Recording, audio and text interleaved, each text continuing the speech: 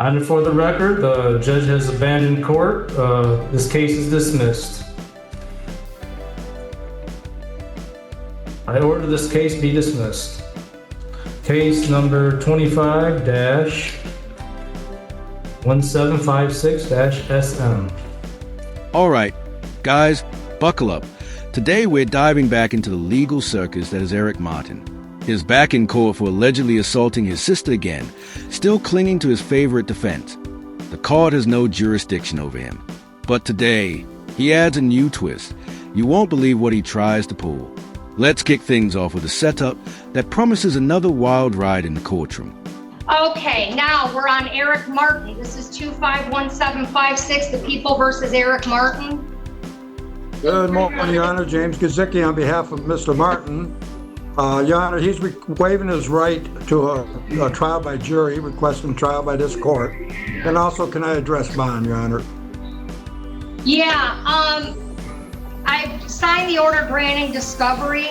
Mr. Martin, you understand that you have a constitutional right to a trial by jury? I comprehend that. Do you understand that, sir? I comprehend it. I just want to add, as I told him, I really don't consent to no jurisdiction of this court, but since I'm being forced to make the choice, I'm saying an Article 3 judge is going to be the choice, the forced choice. Article 3 judge. Okay. Even though the case shouldn't go, let me mention this too now. The case shouldn't go that far. We shouldn't even be wasting taxpayers' money, nor my time in here. First of all, I proved my sister lying before on me with the same type of charge, Nessick, okay? I don't know the case number right now. I asked Jasinski to find out what it is. But in the same court, 23rd District Court, the judge is seeing she lied when I questioned her, did you swing at me before I kicked you? She answered no to that, and it was seen on the camera she lied. This is especially why I should not be made to wait on this. Eric wastes no time launching into his usual no jurisdiction rant, claiming the court has no authority over him, yet still agrees to proceed under protest. He insists his sister lied in a previous case, and the court is wasting his time and taxpayer money. It's classic sovereign citizen theater, bluster, deflection, and a deep misunderstanding of how the legal system works. Mr. Martin, you have a constitutional right to a trial by jury. Are you voluntarily waiving the right to a trial by jury? Since I'm being forced to make well, you're not being forced to make any choices. Well, you can have a trial by so I am being forced. Mr. Martin, listen, we can get through this, or we can go back and forth, and then I end up muting you, and then that's how we go forward. So let's see if we can do this without that, okay? You have a constitutional right to a trial by jury on this case. Are you waiving your right to a jury trial? Yes. And you understand that I'm the judge of the court, that I will be the trier of fact on your case? Well, I want a motion for a judge trial, but I'm going to object to you being the judge based on past constitutional violations. Okay, well, your motion for recusal is denied. So now, Mr. Martin, are you electing for me to try the case, yes or no? In that forced sense, yes. When asked to choose between a jury trial and a bench trial, Eric spirals. He tries to bargain, question the judge's legitimacy, and demands an Article 3 judge as if he's in federal court. The judge calmly pushes through the nonsense, forcing Eric to finally make a choice. This is where we start to see the tension build and the judge's patience begin to crack. Well, you have two choices, a jury trial or me. Out of those two choices, which one do you like? Are you an Article 3 judge?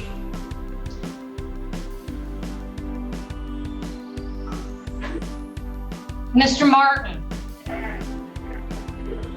I'm not going to entertain jurisdictional arguments. I'm asking you, do you want a trial by a judge or a jury? And I'm being very patient. By a judge, I already said Article 3 judge. Article 3 judge. Okay, well, I will be your judge. I've made that clear. This is a case I have jurisdiction over. It's a misdemeanor that's alleged to have occurred in the city of Taylor. So you're indicating to me that you're relinquishing your rights to a trial by a jury, and you'll be tried by me. And you understand, you've had a chance to talk to your lawyer about this, Mr. Martin? Yep. Okay.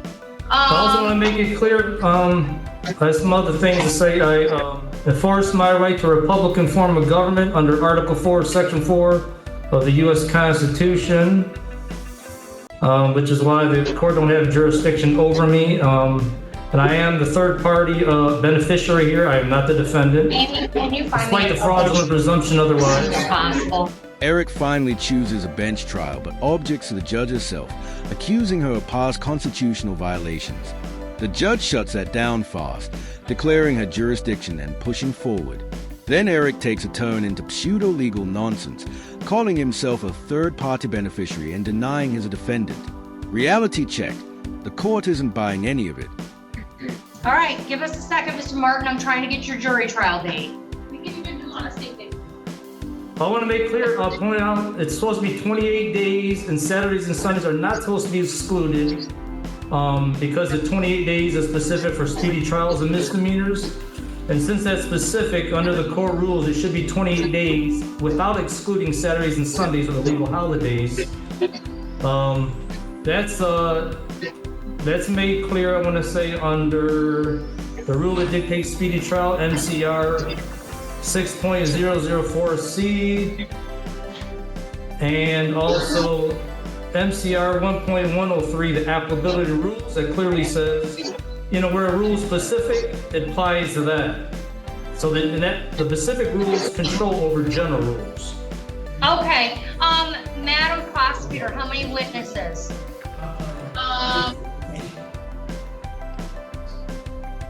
I would say maximum 3. Okay, Mr. Gazicki, how many witnesses? Your Honor, first of all, I just want to put on the record that Mr. Martin in the past has not wanted my representation of him. Today he says it's okay for me to represent him. I just wanted that on the record. I also advise Mr. Martin that his arguments that he makes about celebrating citizens and that is something that I can't follow, nor can I ask the court to follow it. Just so that's on the record. Now Eric plays legal scholar, citing Michigan court rules and arguing for a true speedy trial. He fixates on weekends not being excluded from the timeline and starts schooling the court on legal procedure. Meanwhile, both attorneys try to figure out witnesses. It's clear Eric's goal isn't justice. It's delay, derailment, and dominating the courtroom with irrelevant technicalities. As far as witnesses goes right now, Your Honor, would say 1. Okay. Can we approach? Mr. Gazicki's in the other room. Mr. Gazicki, can you come on in? We'll meet you in the back hallway. All right, Mr. Martin, 1 second. Yeah, and I got something to say too, we get time. In response to what he said, and for the record, the judge has abandoned court. This case is dismissed. I order this case be dismissed. Case number 25-1756-SM. Here's where things go off the rails. With the judge briefly away, Eric announces the case is dismissed by his authority.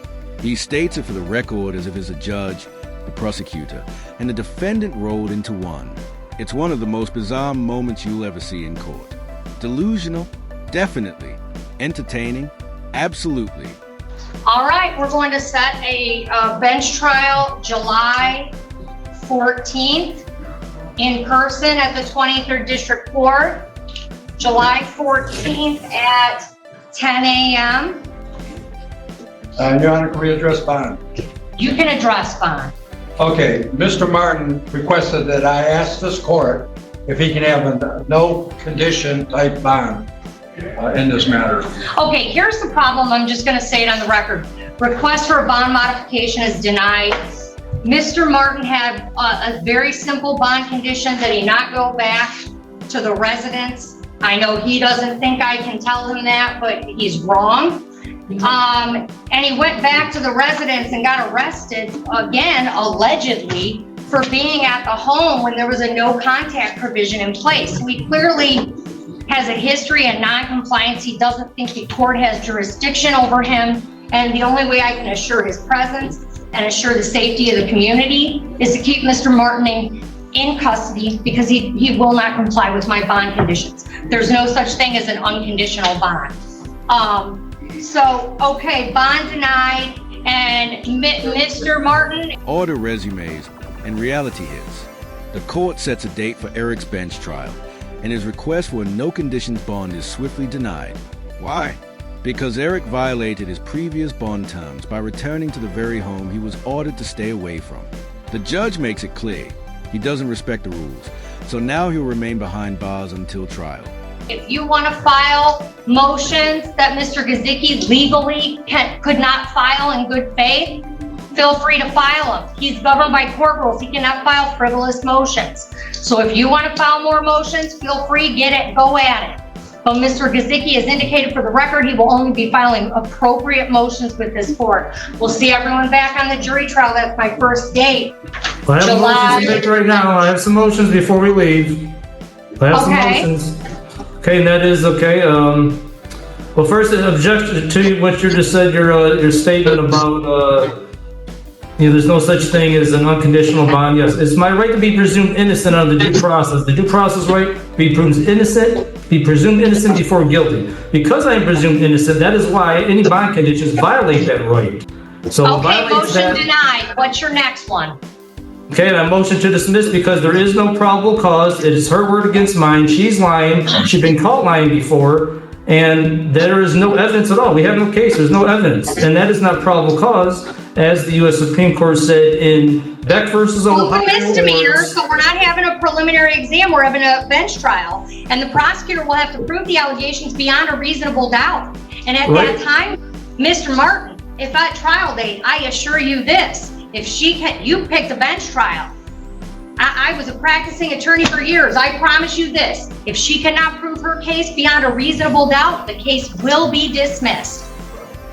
Eric floods the court with motions, insisting there's no probable cause, citing Supreme Court cases he clearly doesn't understand, and repeating that it's just her word against mine. The judge doesn't budge. She reminds him the burden of proof is on the prosecution at trial, not now. Every motion is denied. Eric argues, pleads, and spins, but gets nowhere. Okay, but anyways, let me finish talking. I didn't finish talking about the motion dismissed. I know, but Mr. Martin, as of right now, what's your last motion? Do you have one more? You haven't let me finish. If I let me finish the motion just based on no probable cause. Okay. As the U.S. Supreme Court said in Beck versus Ohio, or it was Ohio versus Beck, I forget which word is first, but the probable cause is defined as fact sufficient for the belief. Her word against mine. I told the cop she lied on me. Okay, her word against me. Somebody have her word against mine. That's all there is. So that's not fact sufficient for the belief. There's no probable cause now. The case should be. Come on, let me finish. Okay, denied. The case should be dismissed now. And just like that, the show's over. Eric's final attempts to dismiss the case fall flat. He is stuck in jail. Trial is coming, and the court remains unimpressed by his theatrics. It's another wild day in Sovereign Citizen Court, but one thing's for sure, Eric isn't going anywhere soon. If you enjoyed this breakdown, hit that like button, subscribe to the channel, and we'll see you in the next video.